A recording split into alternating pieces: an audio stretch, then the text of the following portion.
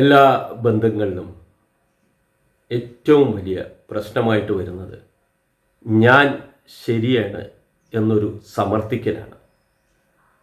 അതായത് രണ്ട് വ്യക്തികൾ തമ്മിൽ എന്തെങ്കിലും ഒരു കാര്യത്തിൽ ഒരു വാക്കുതർക്കം വരുമ്പോൾ ഞാനാണ് ശരി എന്ന് നമ്മൾ അങ്ങോട്ട് സമർത്ഥിക്കും, അങ്ങോട്ട് ഉറപ്പിക്കും.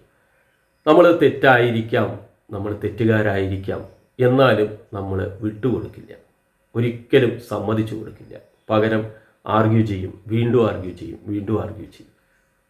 എപ്പോഴും മനസ്സിലാക്കേണ്ട ഒരു കാര്യം എന്താണ്? നമുക്കും തെറ്റ് പറ്റാം എന്ന് മനസ്സിലാക്കിക്കൂടെ? അതല്ലേ യാഥാർത്ഥ്യം.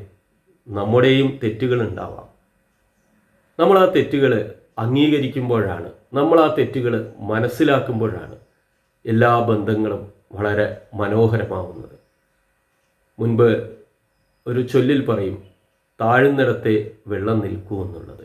എവിടെയാണോ താഴ്ന്നു നിൽക്കുന്നത് അവിടെയായിരിക്കും വെള്ളം നിൽക്കുക. അപ്പോൾ തിരിച്ച് നമ്മൾ ചിലപ്പോൾ പറയും, അങ്ങനെ താണു കഴിഞ്ഞാൽ അവർ നമ്മുടെ മേലിൽ കയറി ചവിട്ടിക്കടിക്കുന്നു. അങ്ങനെയല്ല.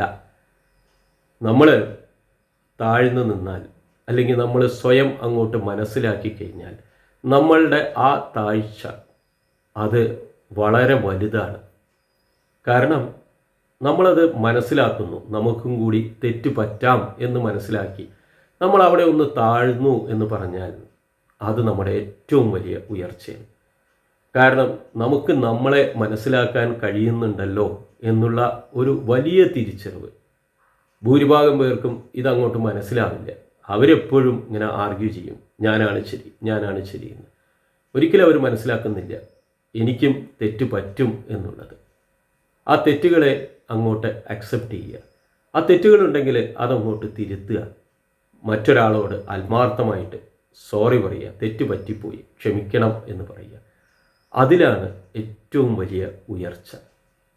നിങ്ങൾ യഥാർത്ഥത്തിൽ ഈ വാഗ്വാദത്തിൽ അങ്ങോട്ടും ഇങ്ങോട്ടുള്ള ആർഗ്യുമെൻറ്റിൽ അല്ല നിങ്ങൾ ജയിക്കുന്നത്.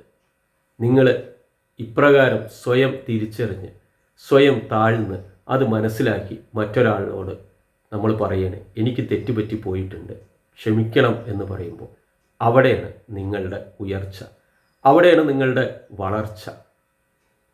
എന്നും നല്ലത് വരട്ടെ. നല്ല ചിന്തകൾ എല്ലാവരെയും കൂടുതൽ ഉന്നതിയിലേക്ക് എത്തിക്കട്ടെ.